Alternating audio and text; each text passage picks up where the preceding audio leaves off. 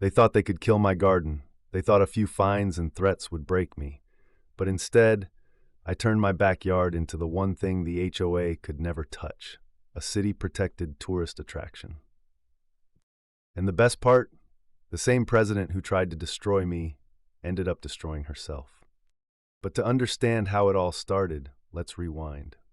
Marcus was a quiet man in his 40s, a school teacher by day, gardener by night. He wasn't flashy, he wasn't loud. His joy was simple, nurturing life in the form of flowers, vines, and butterflies. His backyard was his pride, a greenhouse he built by hand, wooden beams, glass panels, and inside, rare orchids, vibrant roses, and a delicate butterfly habitat that attracted monarchs every spring. To Marcus, this garden was more than soil and petals. It was a sanctuary. His late wife, Clara, had loved butterflies. Before she passed, she made him promise to keep planting, to keep life blooming even when she was gone. That greenhouse was his way of keeping that promise. But Dolores, the HOA president, didn't care about promises. She cared about power. She was in her late 50s, always dressed in blazers too tight for summer, always clutching her clipboard like a weapon. She thrived on fear, handing out fines like candy and expecting everyone to bow to her rules. When she noticed Marcus's greenhouse from the street, she called it an unsightly structure. To her, beauty didn't matter, control did. At first, it was one letter, then two. Marcus ignored them, but one morning, taped to his door in glaring orange, a $500 violation notice. He had to remove the greenhouse or face escalating fines. Dolores had declared war. Marcus stood on his porch, holding the notice, the morning sun reflecting off the glass panels of his greenhouse. He could almost hear Clara's voice in his head. "Don't let them take this from you." And he knew right then he wasn't going to bow down, he was going to fight. But the way he fought, Dolores would never see it coming. Dolores's campaign didn't stop. If anything, it escalated. Every week brought a new violation. Improper fencing, unauthorized structure, and the most ridiculous of all, excessive insect activity. She was fining him for butterflies. Neighbors started avoiding Marcus. Some whispered pity, others avoided eye contact altogether. Dolores had ruled the HOA for years through intimidation. People feared her. She boasted openly that Marcus would cave within the month. But Marcus wasn't the yelling type.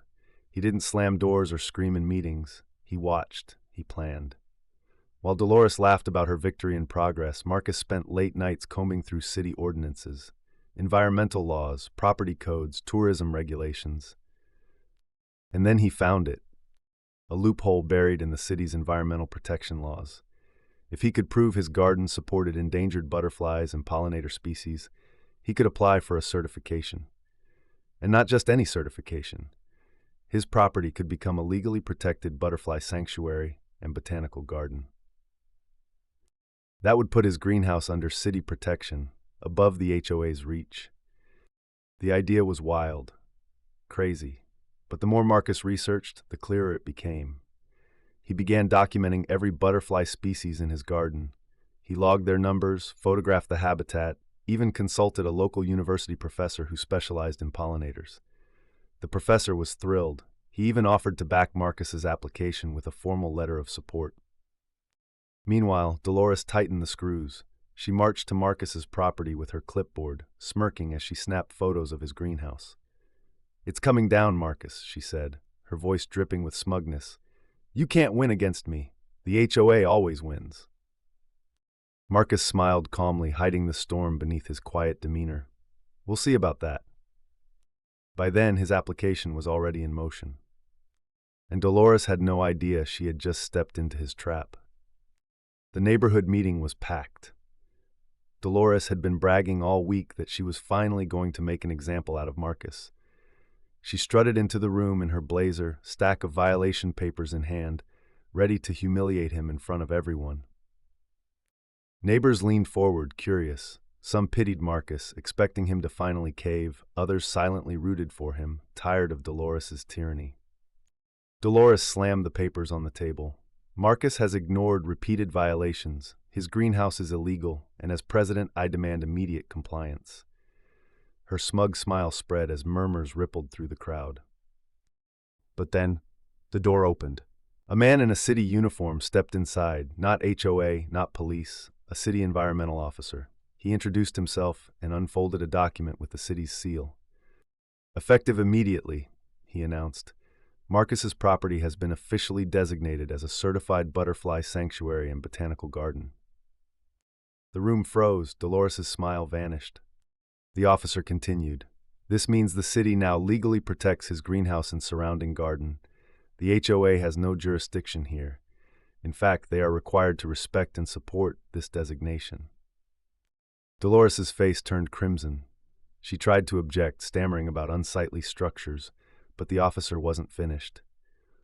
There's more, he added. The tourism board has partnered with Mr. Marcus to include his sanctuary as part of the city's ecotourism program. His garden will be featured on the town website as a public attraction. Whispers exploded. Tourists, school trips on Marcus's property? Dolores's voice broke. This is outrageous. You can't... But the officer cut her off. Actually, we can, and it's permanent. Dolores had tried to bury Marcus with fines. Instead, she had lifted him higher than she could ever reach. Don't forget to like and subscribe. The fallout was immediate. Within weeks, Marcus's backyard transformed into a celebrated landmark. Tour buses rolled through the neighborhood. Families arrived with cameras. Children laughed as butterflies fluttered around them. Reporters came to cover the story of the local man who turned his garden into a sanctuary. Neighbors who once avoided Marcus now greeted him warmly, bringing their children to see the butterflies. He wasn't just another resident anymore. He was a hero. The man who outsmarted Dolores. And Dolores? She couldn't escape the consequences. Her phone rang day and night with complaints, traffic, tourists, noise. But she couldn't do a thing about it. The city had spoken.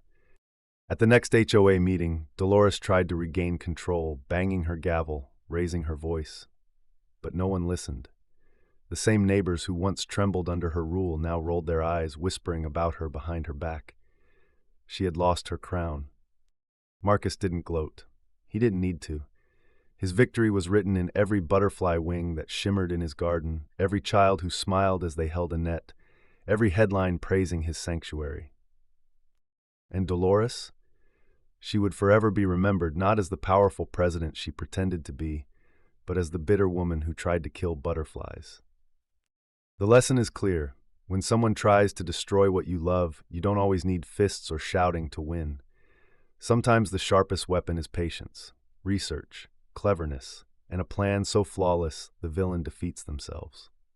Marcus had kept his promise to Clara. His garden still bloomed, his butterflies still danced, and Dolores, she faded into irrelevance, powerless in the very neighborhood she once ruled. Because sometimes the sweetest revenge is making beauty untouchable. Don't forget to like and subscribe.